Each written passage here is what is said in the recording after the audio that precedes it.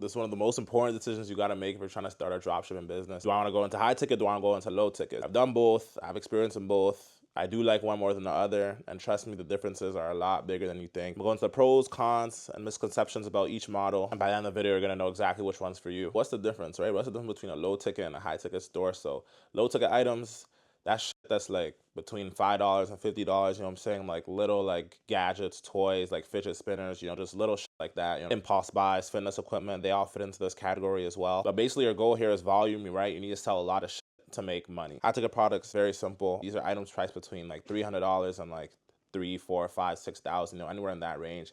I personally say you should be going for products between 800 to 2,000, 3,000. They're just selling more expensive shit. Here, if you sell one $2,000 item in the day, you can easily make $500, $600 in profit off of one sale, right? So it seems very attractive initially because you only sell one item a day to replace your current income. In this category, think furniture, fitness machines now, like elliptical, shit like that, e-scooters, boats, kayaks, rafts, just anything expensive you could sell online for real. The same business model underneath, right? You're taking somebody else's product, making your store, selling their product and making them fulfill the order. But the execution of both businesses is day and night. So start off with low ticket. So the pros of low ticket is that the customer doesn't need to think too hard about the purchase before they purchase from you. Somebody's gonna think a lot harder before they spend a band, before they spend $10, you know what I'm saying? So it's very easy to convince somebody to buy the item. It's a lot easier to test, right? You can launch a bunch of shit at one time, like just do like 5 products, 10 products at a time, launch, see what hits, see what doesn't hit, run ads to each of them and see what goes. Again, testing with a lot of products means you get more experience faster, you get more data faster. Cons of low ticket is that the margins are razor thin. Every time you sell a product, you're probably gonna have to go on another website, type in the customer's information if you don't have an automated process, right? So just to make that $5, $10 and fulfill that order, you probably have to put in like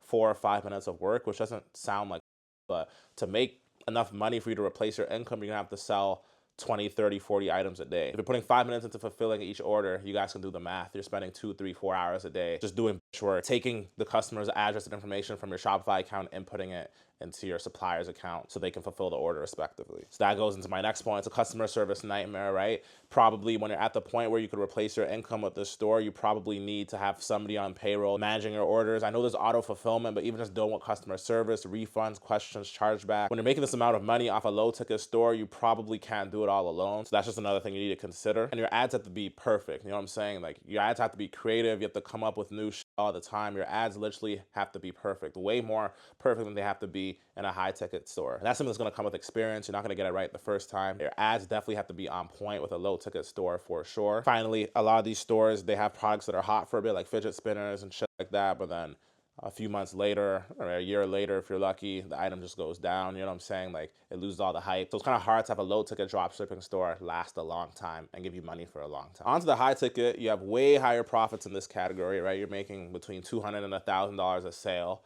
So you don't need to have a whole team of people to manage your store unless you're in like the 8-figure range. Me personally, I was doing 7 figures with a high ticket store and I was able to manage it all by myself. So this model, there's fewer orders, there's fewer customers to deal with, fewer emails to reply to. And the key to high ticket here is Google ads, right? You don't need to make any fucking ads, right? People are already searching for the items that you're selling. All you need to do is put your store into the Google ads algorithm through the Google Merchant Center. And I'll probably make a video on how to do this in the future, but you just need to connect your store to Google ads and people are already searching for the shit you want. The ads are just being done automatically for you. The products in your store only come up on Google if people search in the keywords that you input into the Google search. So you can literally pick what you want people to type in. So if they type in e-scooter from Razer on Google, I know nobody's gonna type that in, but let's say they type that in and you sell Razer scooters, guess whose ad's gonna show up right there before any searches or anything like that in the sponsored category? It's gonna be your products right there. So it just makes it a lot easier in terms of managing ads and creating ads. The cons, big con here, it's hard to convince suppliers to work with you. It's very hard to get these suppliers that make these $1,000 products to just trust you to sell their shit on your store. It's a lot higher risk if you don't know what you're doing, right? Chargebacks here,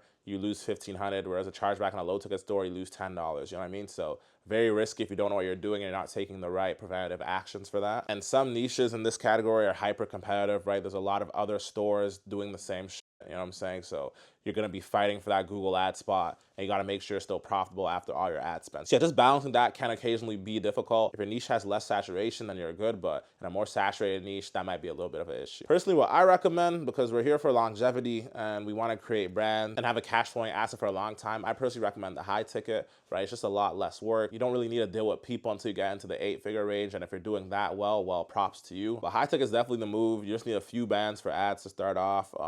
You make that website, make that demo website, reach out to your suppliers, you know. That's personally what I would do. That's personally what's brought me my success. Yes, I've tried the low ticket, but I haven't had the most success in it. I have had a few products that did like 20K in sales in a day, and then the next day I do like $300. So I just found low ticket extremely inconsistent. If you want to build a genuine brand and have money for a long time and a good store with a good brand, high ticket for sure. All these companies, Walmart, Amazon, they literally operate on the exact same model as a high ticket dropshipping store. I'll make a separate video getting into the details about having a high ticket dropshipping store and other shit I need to know, but that's definitely the one I'd recommend. The dropshipping model's not dead, it's just maturing, you know. More people are becoming part of the game, so the game changes. People who really know the game and are constantly trying to learn what's new and the new trends, they're still eating. So honestly, if you have a lower amount of money to start off with and you want to go into the low ticket, or if you have a little bit more money to invest and start with the high ticket, I say the key in both is just execution. Know what you're doing, do your research. I'll just say pick the model that fits your current budget and scale from there. Welcome to the game.